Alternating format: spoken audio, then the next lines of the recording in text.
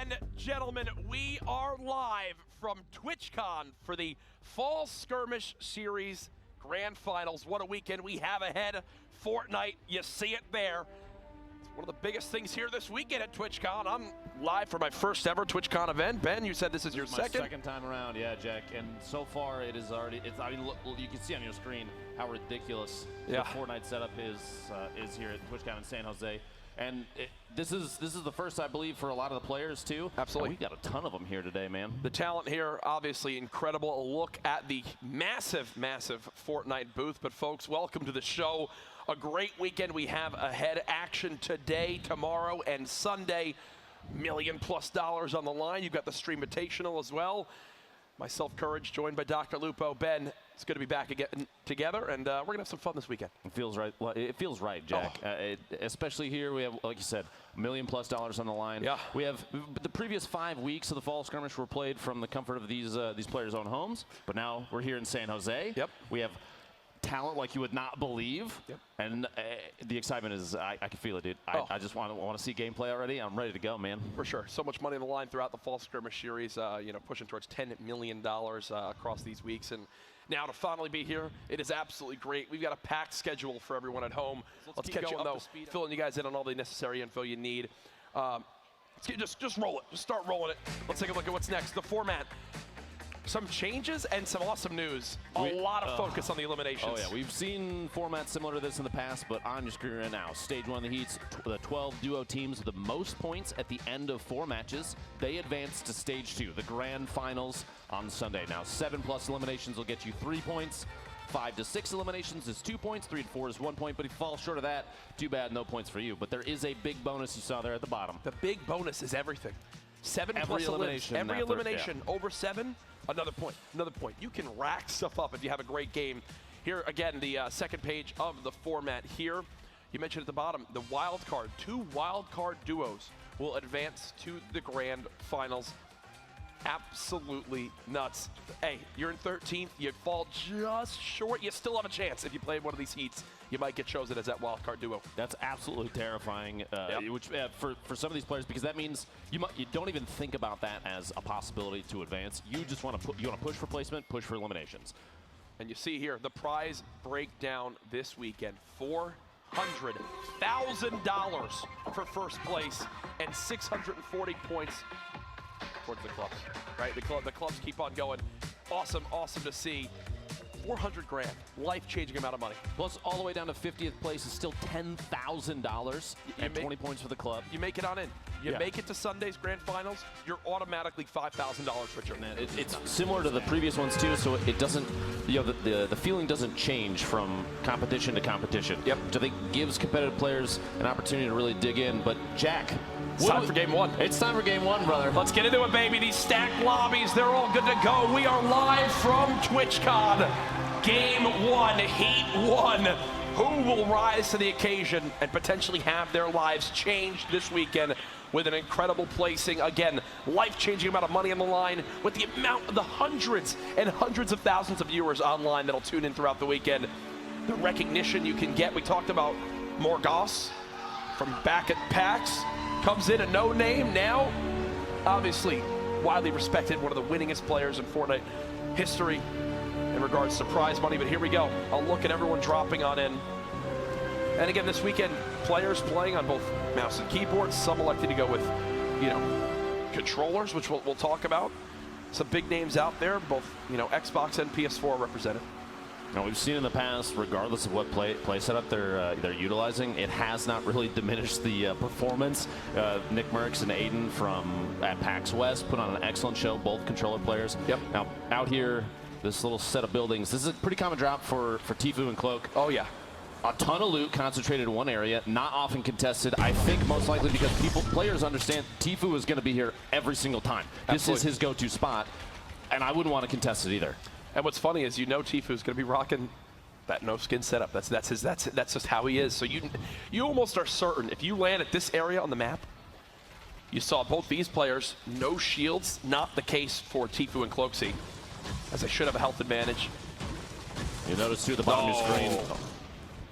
S down to 10 HP, backing out. Opportunity gets the knock on chaos, the AR shots. excellent. Just there. like that.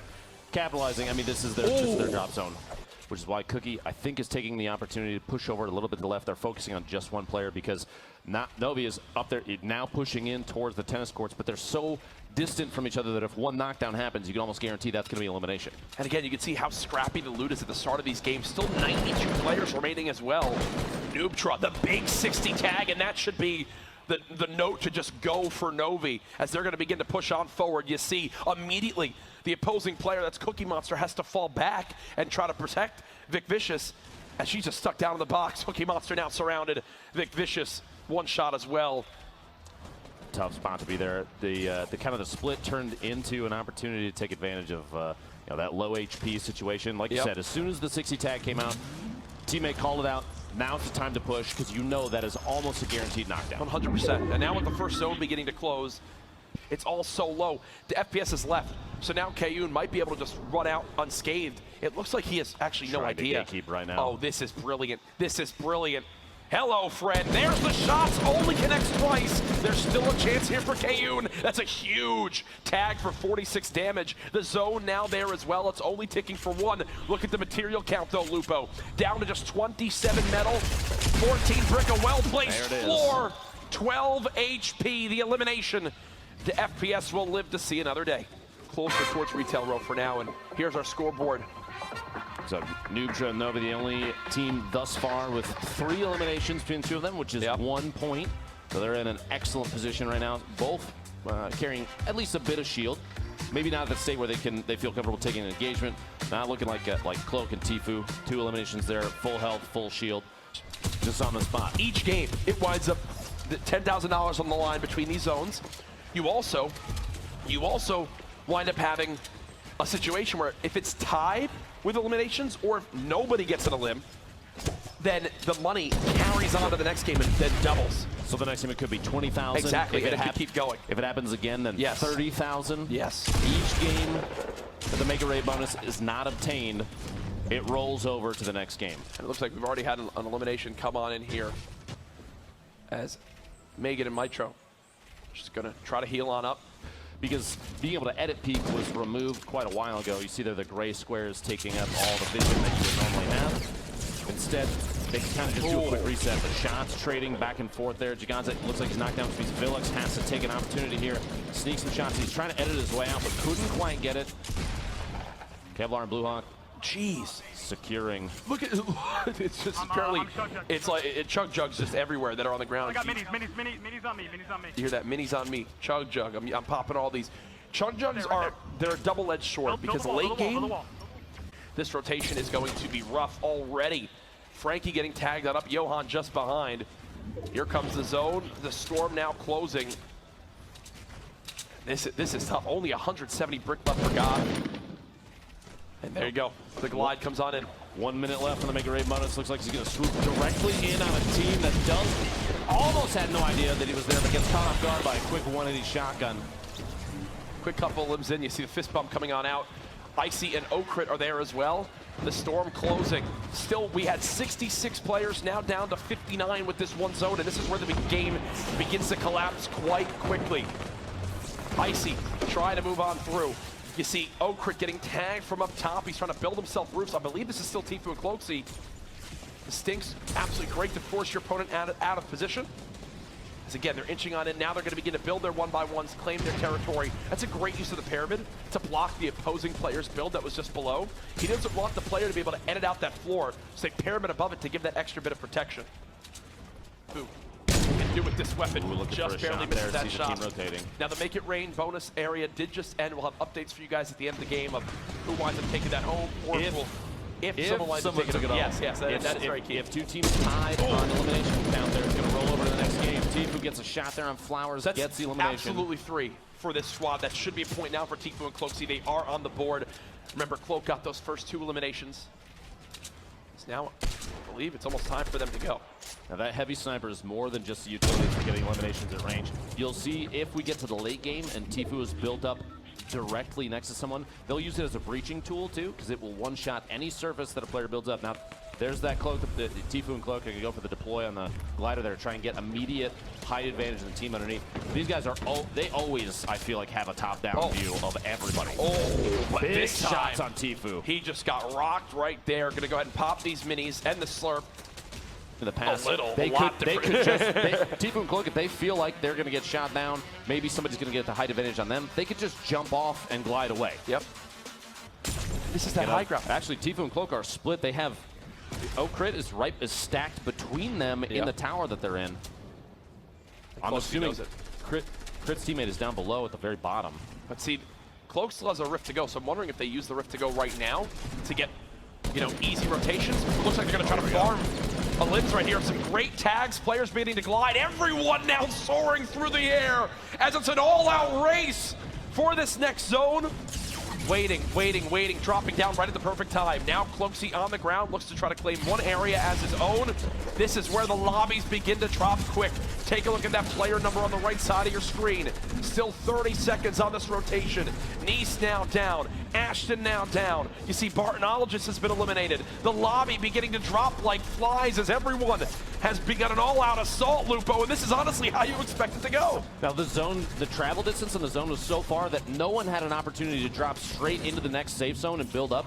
Everyone was forced into a fight there. The player count still going down. Everyone is still moving. You can see in the top left of the screen for a moment there. People still stuck outside the zone. Tfue and Cloak trying to make their way inside, building up just each layer one at a time, and even a window there in case they need to cover each other through the layers. Just trying to take as many shots as they can. Oh, this 8 damage zone. This 8 damage zone. Multiple players going down to the zone. You see your feed there. Mr. Gubber gets a double there. General Vicaros goes down. And look, only 20 players left now. Tfue gets the knock onto Mars. A great shot from Mitro, who had one of the best plays. You see 5 eliminations, and now everyone gets brought up by the rift to go, and this will completely change it. They're going to try to just slowly float on down, ride this zone on over. You see Mitro, he's scanning the ground right now. Where's my best place? Where can I land and begin to secure some sort of area and solid footing? 5 elims from Mitro himself.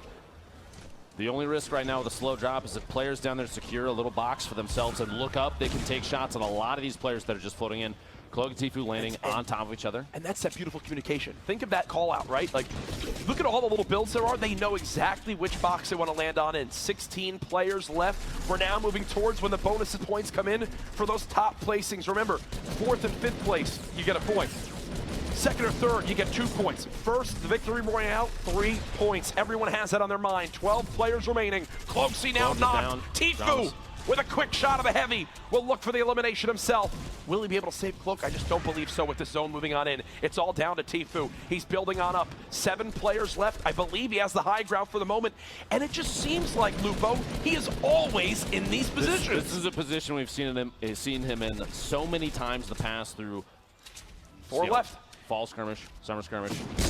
This is, and there you go, using that heavy snipe as a way to breach through surfaces. It's a 1v1v1. It's a 1v1v1, and Tfue still has the high ground. You cannot make this up. This has all the signs of a Tfue and Cloakzy Game 1 victory here. Oh, I thought he was about to fall on down, but no, doesn't seem the case. Remember, all these players still left have each earned 2 points automatically for their top 3 placing. But who will get the extra point for the victory royale? The zone moving on in. Only 29 health for Mitro. This zone will chunk him on down. There's the quick shot from Hero. The double barrel's so good. 1v1. Tfue looks like he's ready for the heal. It's not going to come on in. Tfue blocked by the tree. But Hero gets dropped by the storm, and just like that, later we have a winner. That's how crazy the ending zones are. Here it is again. Hero was so low. You saw Tfue popping those bandages. He got absolutely rocked by that double barrel, but he got the bandage off in time, didn't get ticked by the storm, and there's the celebration from Tfue. These were the final moments again. On the high ground, gives him the ability to decide to drop on down when the time comes. I think he follows up this launch pad with one of his own.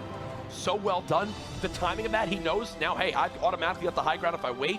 Floats on it. He's like, yes, please, go ahead, fight. You guys go. When one of them happens, pops the bandage. It's just not enough damage from that double barrel, and the victory comes on in. The victory royale.